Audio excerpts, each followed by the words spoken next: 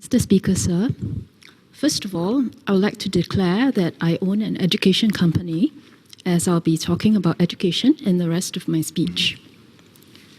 The DPM spoke extensively about the economic plans to address the post-COVID-19 situation in Singapore, but not enough on how to prepare our people for the future.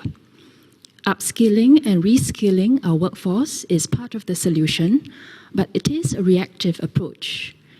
If upskilling and reskilling were our only recourse, Singaporeans will always find ourselves one step behind. Instead of focusing only on giving working adults new skills to survive the new economy, we should also look into preparing our youths to thrive in the future. Instead of preparing for jobs that we cannot foresee, we need to focus on building resilient growth mindsets in our young people today. Why are Singaporeans losing out in the job market in our own country? Employers repeatedly cite the lack of creativity and risk-taking, not to mention poor communication skills as reasons for this. Our grade-centric education system was also cited as a contributory factor. In addition to facing competition for jobs from foreigners, we are increasingly facing competition from machines as well. Currently, standardized written examinations often reward behaviors like memorizing and regurgitating facts and standard answers, but encouraging such behaviors make our people most vulnerable to being replaced by machines. What is not easily replaced by a machine, however, is the ability to think creatively, take risk, and communicating and social skills. And these are the same skills that employers find Singaporeans lacked. Now, with digitalization accelerated by the COVID-19 pandemic, there is even greater urgency to hasten the pace of education reform as old methods of teaching and learning become obsolete. We have been facing growing uncertainty even before pandemic struck. The key to thriving in uncertain environments is adaptability. To help build the ability to adapt to different or changing circumstances, we need to provide a learning environment that is non-standardized and non-prescriptive, one that constantly contains elements of unfamiliarity. In other words, diversity. Diversity is also an important factor in the fostering of creativity and innovation. The modern innovations of today have always required interdisciplinary approaches to reach fruition, a point also brought up by the Honourable Member Cheryl Chan earlier. So similarly, I believe that our educational system not only needs to be diverse in terms of curriculum, but in student mix as well. First, diversity in curriculum. We need to offer a wider range of subjects to students and greater flexibility in choices and combinations. In other words, an a la carte approach rather than set menus. Here, I would like to quote the American psychologist Abraham Harold Maslow, who said, "It is no more necessary to study animals before one can study men than it is to study mathematics before one can study geology or psychology or biology." Take the range of primary school subjects, for example. In UK, their primary schools have 11 core subjects, including design and technology, history, geography, and computing, plus 3 optionals. In Finland, they have 13 core subjects, including environmental studies, religion, history, social studies, and guidance counseling, plus optionals in art and skill subjects. In Singapore, although we have 9 core subjects, only 4 of them are assessed in the PSLE. This unequal treatment skews time and effort towards the 4 subjects, effectively further narrowing the range. Secondly, diversity in student mix. The practice of streaming students with similar abilities and aptitudes into groups reduces opportunities for our students to interact with others who are different. This has already been highlighted in a Channel News Asia documentary, Regardless of Race. While the Ministry of Education is moving away from streaming towards subject-based banding, which removes the labeling, it does not change the fact that students are still grouped based on similar results in each subject. Students with different skill sets and interests will have few opportunities to share and discuss diverse thoughts and ideas. It also stymies broader social interaction and the development of people management skills.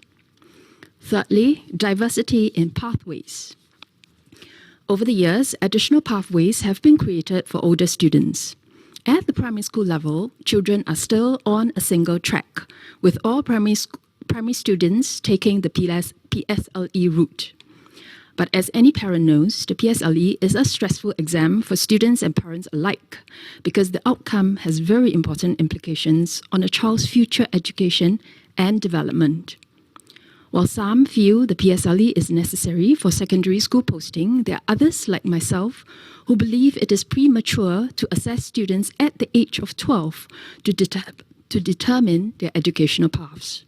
I therefore urge the Minister for Education to consider a pilot project of through-trained schools from primary to secondary levels without going through the PSLE to give parents the option to choose an education path that may be better suited for their children's future. With so much depending on the results of examinations like the PSLE, it is not surprising that Singapore students have a high fear of failure compared to students in other countries. In an OECD survey, it was found that 3 in 4 Singapore students fear failure as compared to a global average of 55%. I believe high-stakes examinations contribute to the building of such fears by making the price of failing too high to pay. Such fears can inhibit risk-taking, entrepreneurship, and the willingness to venture into the unfamiliar. Assessments should take into account the learning value of failing by giving them multiple opportunities to try again. A single failure should not mark you for life. For example, in the UK, national examinations like GCSE are conducted twice, in May and November. I hope the Ministry of Education can give our students similar chances. To introduce greater diversity and differentiated learning into our education system, we need smaller class sizes. With Singapore's total fertility rate dropping, the number of school-going children is decreasing. This would have been a good opportunity to decrease class sizes, but the Ministry of Education has instead closed schools and reduced teacher recruitment. The number of education officers dropped from 36,400 in 2016 to 33,700 in 2018. The NIE intake dropped from 1,256 in 2016 to 556 in 2018. Not only is this a missed opportunity to reduce class sizes, it also reduces meaningful job opportunities for Singaporeans. I urge the Ministry of Education to reconsider its approach.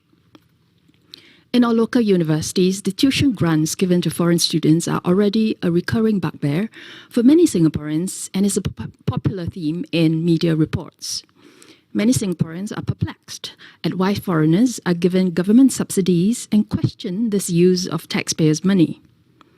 In Australia and UK, full fee-paying foreign students are an important source of revenue. In UK, these students contributed £11.9 billion to the UK economy in 2016.